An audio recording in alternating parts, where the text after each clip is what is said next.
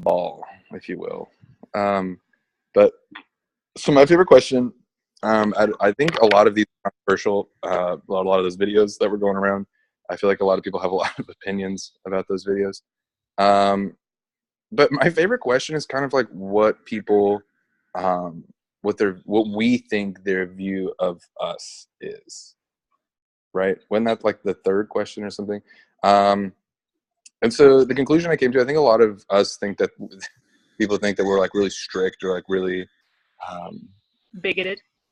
yeah, bigoted, I guess is like not typically the word I was going to go for. More like goody good. They think we don't drink and we don't do things bad.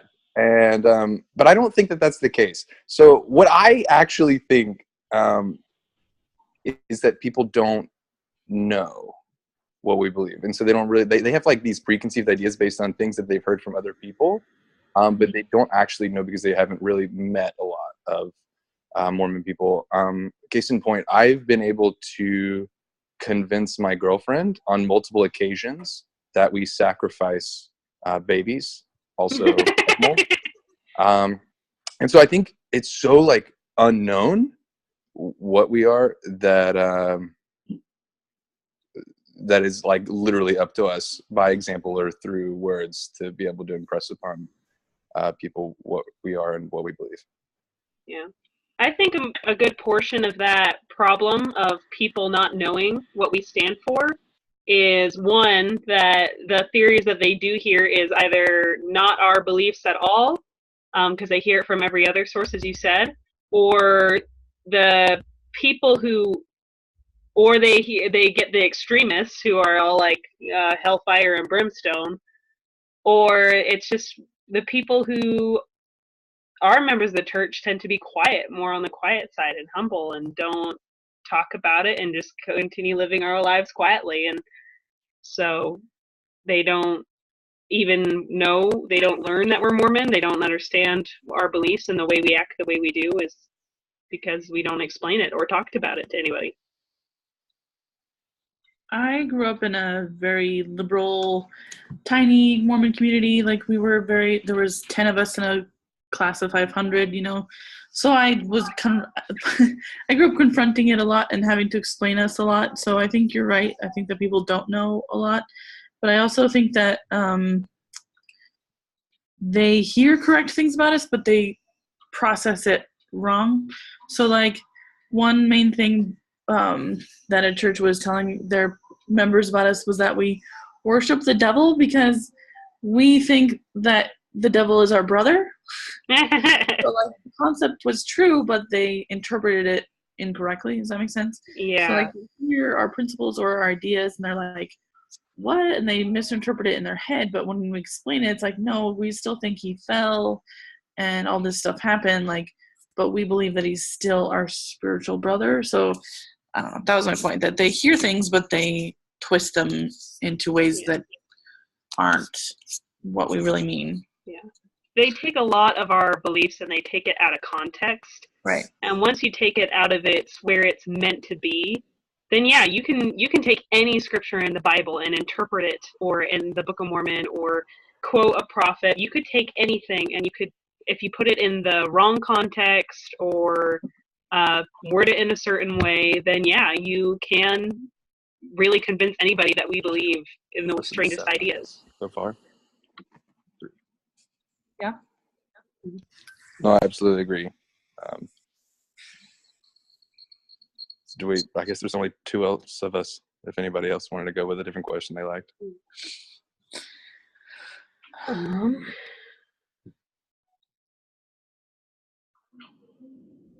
Well, there's one about when we watched the two videos about the young men talking about same-sex marriage. What did you guys think about those? Like, which one you felt had the most persuasive arguments out of the two of them?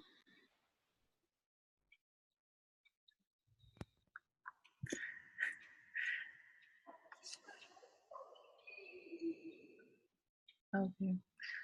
I can hear the crickets outside. I'm trying to wait a little longer this time before talking. Okay. I think that the second guy, not the religious one, but the story one was really powerful because I think he followed what the, oh gosh, what was her name from the video? Sorry. Matt, hold a second. Matt. Marcias? Marcias Bell. Yeah, okay. Be something. I have such a good memory, guys. It's in my notes. I'm like pulling up my notes. I think he followed the story of self, story of us, and then story of now. I think he really did do that because he talked about his own life. Then he talked about how it applied to all of us, and then he talked about the future kind of thing. At least I'm pretty sure. And so he hit, the heartstrings where he's totally fine. He used his story to make a point that there are totally natural kids out there that aren't affected by their parentage, and he had, he had good parents, so it's like, I definitely feel like his was way more swaying than the first guy's. And yeah, I believe that I've seen these videos before too, and definitely controversial, but I think as far as persuasiveness goes, the first one was just like, oh, he started talking about God, I just turned off, like even as a person that would normally, understand anyway, like I felt like I was on his team, but he was representing us completely wrong. It was like, no, you can't do that. Just like she said, you cannot bring religion into the secular world. Like, it's just a big no. Well, I think you can bring some level of religion, especially once it gets down to that level of beliefs. But I also felt like neither of them addressed, that was the big weakness in both their arguments, was that neither of them addressed any of the evidence that supports or that is supported or against same-sex marriage in any way, shape, or form. The first one was completely God in every way, shape, and form, and he did pull from the Bible and stuff as his evidence. And then the young man didn't, but he didn't go anywhere else with the secular knowledge. And then the other one was being very, this is my experience, and I must represent every single child that he was using himself as a representative to do every same-sex child's marriage raised by two men or two women. And he completely ignored all the evidence that shows differently. Can't talk to it.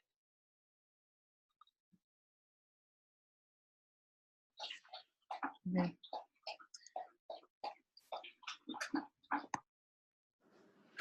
Hello? Hello? Dylan, can you still hear us? I can hear you, yeah. Now. Yeah. Did you catch everything? I got everything up until about 5 seconds ago. Well, nobody was really saying anything 5 seconds ago. I think that's when you cut out. I got everything you're talking about with the whole marriage thing and what you can bring into. I just wanted to say, I think it's really important. I think, I don't remember which one of you guys said that you can't have religion in a conversation or a persuasion, but I think you can. I think it's really important that you can. What did we learn last week, right? We have the right to our opinion, but not the right to our facts. So we can state our opinions, but just because we can bring up religion doesn't make that a fact. I do think that it's important to base our character, right? And so I think religion can actually boost kind of a character sense of persuasion. It definitely is going to build your credibility or your factual background, but it can definitely build a sort of character basis. I think that's important. So I think you can. Not to mention, we cannot afford to be silent about our beliefs. Yeah, I think that's the important thing. You don't want to be silent about it, but you can still share your opinion, obviously. Mm-hmm. I don't think an atheist would agree, because I think that you can have plenty of character and be a complete atheist. You don't have to be a godly person to have character or morals. God obviously. Sorry. Okay. Well, no. So what I didn't mean like characters in godly person obviously means better person. I meant when you you can kind of like sympathize with certain people, right? So when you say like you're a godly person, it might like throw away atheists, but I think that that's kind of a crappy way. Like if you're going to go away from someone just because they're Christian, I think, I don't know, or even if you're an atheist and like you get away from someone because you're Christian, I think that's wrong too. But I'm just saying, like, I think saying that kind of can sympathize with certain people. I didn't mean like it's a character thing as it makes you a better person, but kind of more sympathetic to different groups of people. Does that make sense? Yeah. Yeah. And it does show character in the sense that it allows you to say, this is who I am, and I'm not afraid to present that. I'm not afraid of believing what I do and being who I say I am. But just the same thing. I'm just saying that it could be flipped the same way. So if you are atheist, you shouldn't be afraid to say that. If you're Jewish, you shouldn't be afraid to say that. But it's just, if you say I'm an atheist, that's your character, right? So you're just, you need to establish that character so that it does give you that credibility, so that you are, it makes you seem like an actual person. When you can put some background behind yourself. And I think that's what's important, basically, is all I'm trying to say. Yeah. Anyway, how about our third and final question, right? Right. Chantel, what did you want to talk about? Oh, I don't know.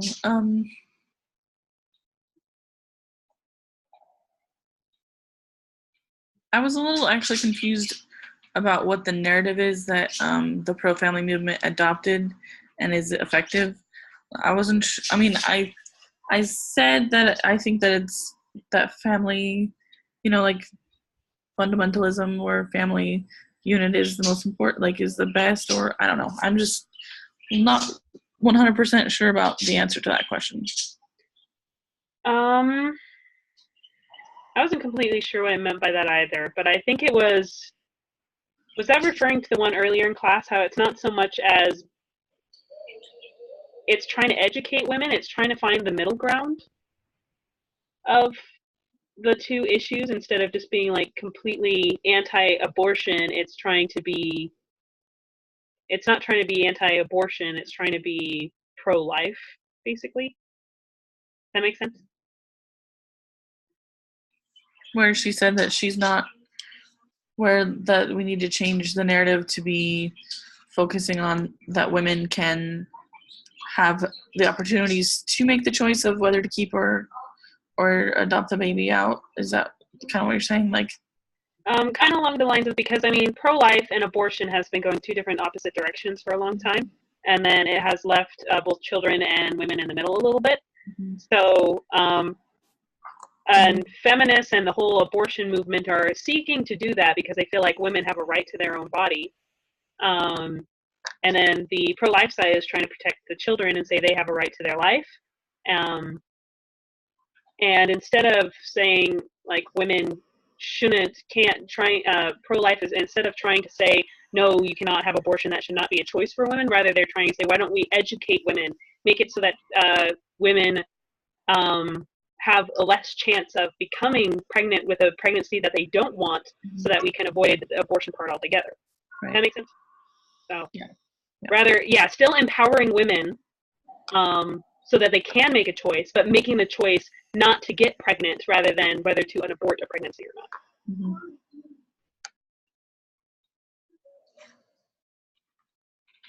And I just want to say, like, I do remember after she said that, he said, don't forget principles. Like, you can have, oh gosh, I can't talk today. You can, what did she say? Bring in the good principles from religion, but use good sources to support the principles of religion. Yes. So that's what I felt like the young man needed to do. Bring up scripture and then show the secular knowledge that supports it. Because you're always going to have a bias, kind of like what you were saying, Dylan. Like, we are who we are, and you can't deny who you are. You can't cut your bias out, because it's always going to be there, no matter how hard you try to cut it out. So I'm not a black and white person, and like there's always gray. Just to correct that. Like in anything, agreed. But what? I think I just agreed, like with the black and white. I think the most important thing is if we recognize our bias. So if we know our bias, then we can try to at least back our bias, because it's so almost impossible to like destroy that bias, right? And so I think that's what they're talking about, like you can bring your good principles, but like it's so almost impossible to get rid of that bias that like the only thing you can do is back it up, right? Yeah. So I talked about that in my other communication class I was taking, is basically people have their biases already, and there's not much you can kind of do to persuade someone already that they have on their bias, but kind of relate to them in the best way you can and just show your facts that you have with your principles, basically, is the best thing we can do. Well, and I also feel like by acknowledging your bias, you also make sure that you are on the watch for it. So saying, okay, maybe I'm saying that rather because I'm biased, rather because I know whether it's true or not. And I feel like our differences can be considered strengths, because I mean, not everybody has the same strengths and weaknesses, and then we can even each other out that way, rather than it has to go this way or that way. Instead, it can be more like this. No, I agree. And I think that I'm really proud of this group, because I feel like this was like a really easy way to get off, because there were talks about, you know, the same-sex marriage and stuff and some of the videos and stuff. And I feel like we've really stayed on topic with the stuff. And I feel like I've actually gotten something out of it, because it's just so important to me that if I want to talk to somebody, just persuade somebody, which I think is the point of this lesson, right? Because on Saturday we've got the persuasive speech thing, but if I can understand my bias, then I can be, obviously, like you just said, I can be more aware of it. Yeah. I can keep it in check. And then if I know my bias, then I know what my stance is going to be, right? And then all I have to do is back it up. And I keep saying bias, but really, you know, it's just your character, your principles, your beliefs. Bias has kind of got like a negative connotation for some reason to me, but anyway. Chantel, were you going to say something? No, I'm just thinking. I mean, I think sometimes it's hard when you're on the fence, you know, where you're like, okay, I don't really know what I think 100%. I'm kind of one of those people that I like to know more before saying I really feel that way 100%. But it's like this class, you have to decide, and it's sometimes kind of hard. But I was also thinking about her speech about women, and I've heard that speech before. I don't know why I have, but I have, and it just hits home that like anyway, stories and how strong they are. And then when Dylan was talking, I was thinking about how our stories connect us. So like even when someone else has a completely different opinion than we do, a different bias than we do, we can connect and like agree on something through the story. I think that's amazing. The whole brain sinking thing was mind-blowing for me. But yep.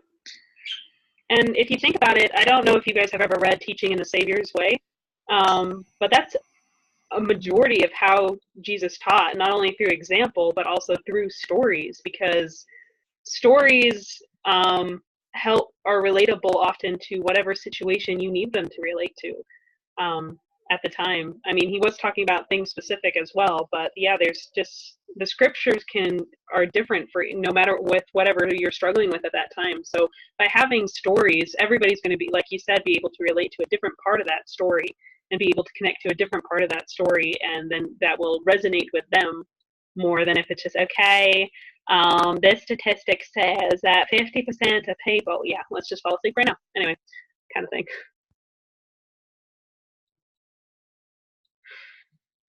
I am nodding my head. Yeah. All right. Anything else anybody wanted to talk about? I'm Gucci. I'm good. I feel like this was good. Yeah. Do we even really need to sum it up? I feel like it's so short, and like there were only 3 of us anyway. Yeah.